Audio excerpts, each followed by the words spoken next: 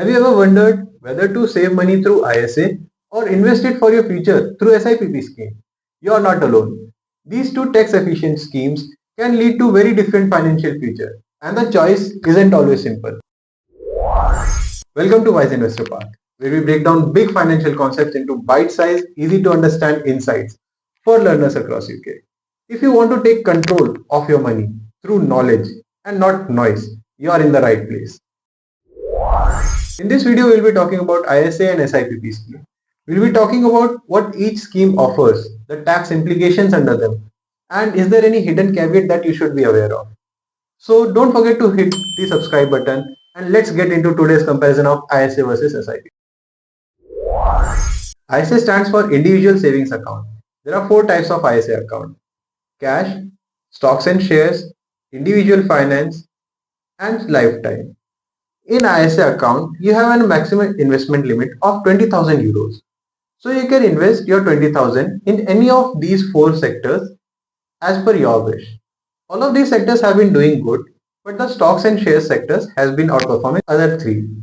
If you have a minor in your family, then you can also open a junior ISA account, which has an investment limit of 9,000 euros. The best part of ISA scheme is that the return on this is tax free. So if you are getting any interest, dividend or any capital gain that you are having, all of this will be tax free. Reason being that when you get your gross income, you already pay your interest tax and you get your net income. It is from this net income that you are investing into an ISA account. So you have already paid the tax before. So in an ISA scheme, the tax is paid already in the entry, so you need not pay any tax on the returns gain. ISA accounts come with the benefit that you can withdraw at any time from such account. But there is a deviant. Lifetime ISA account. It is an account wherein you can contribute a maximum of 4,000 euros in a year and the government adds up additional 25% from their side. That is, if you are contributing all 4,000 euros, then the government will contribute an additional 1,000 euros, making a 5,000 euro contribution into your lifetime ISA account. But the catch is that you have to start your lifetime ISA account before the age of 40 and you can only withdraw after the age of 50. So it is kind of like a pension account. Another case in which you can withdraw from your lifetime ISA account is when you are buying your first home. But apart from these two situations, if you plan to withdraw money from lifetime ISA account, you will be charged 25% tax, and that is a value erosion. So to quickly summarize all the benefits that we are getting from ISA account is that all the four options have good growth potential. There is no tax to be paid in case of ISA for the returns that you have. And in case you happen to miss your 20,000 investment for a current financial year, you cannot invest this amount in your next financial year. That is, if the previous year you invested only 10,000 euros, then you cannot invest the remaining 10,000 euros in the next financial year. It is not carry forwarded. That brings us to the next topic, self-invested pension plans. So as it mentions, it's a pension plan. So all your savings will be locked up to the age of 55 years. And the government is planning to increase that age to 57 years in 2028. A person can invest 100% of his income or 60,000 euros, whichever is less. You might be wondering now, why am I saying a person can invest 100% of his income into a pension plan? After all, he has to spend some money on the daily bread and butter. That is true. But consider the case when a person gets a surplus income from some other source.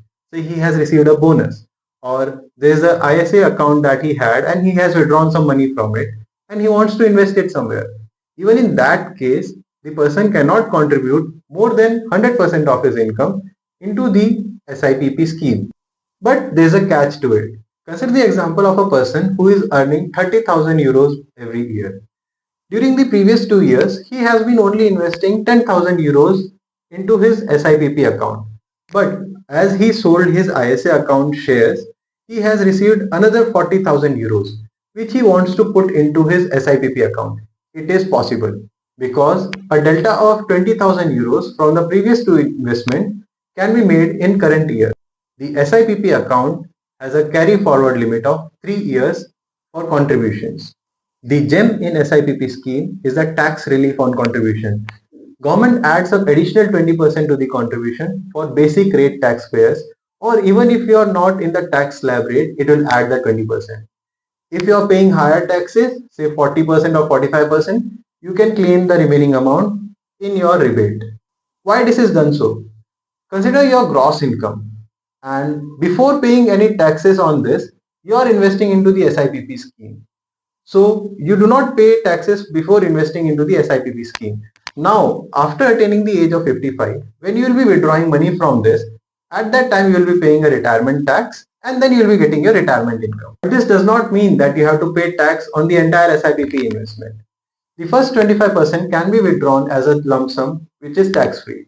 The remaining 75%, if withdrawn as a lump sum and is pertaining to a tax slab, then you have to pay the tax. But there are other options. You can take an annuity, or you can take it in chunks, or you can withdraw it as an income, which if is greater than the tax slab rate, then you have to pay the tax. There is more to what we know. If you happen to die, your entire ISA investment will be subjected to estate inheritance tax. Whereas if you die at the age less than 75 years, your entire SIPP investment will be tax free. Now we'll try to understand the two schemes with the help of example use cases. Consider the goal of saving for a house deposit in 5 years. It is better to use an ISA scheme, especially lifetime ISA scheme, which gives you additional 25% contribution from the government side for buying house. If you want to supplement your workplace pension, then it's better to go for SIPP scheme. As the money will be locked for the age of 55 years, you will not be able to withdraw the money before. If you want to save for tax efficient investing with full access, it's better to go for ISA scheme. As we understood, in ISA scheme, the tax is already paid when we get the net income. So any return that we get in ISA will be tax free, and also we can withdraw any time. So we have full liquidity over the money that we have invested. If you want to go for retirement planning with tax perks, it's better to invest in SIPP scheme. The reason being that the tax relief is provided for contributions. I want you to understand that ISA and SIPP scheme are not mutually exclusive. You can have both of them based on different goals that you have. If you have a short term to medium term goal, then it's better to go for a ISA scheme as it has tax benefits on the way out. Whereas if you want to plan for your future and want to save for your retirement, it's better to go for SIPP scheme wherein you will be paying the taxes when you retire. That was a quick and clear comparison of how ISA and SIPP work, what each of them offer and where they can fit in your learning journey. Remember, this is not a financial advice, just a educational content for you to take informed choices with confidence. If you learned something new today, give us a thumbs up. Drop below your questions in the comment section or any further topic that you want us to clarify.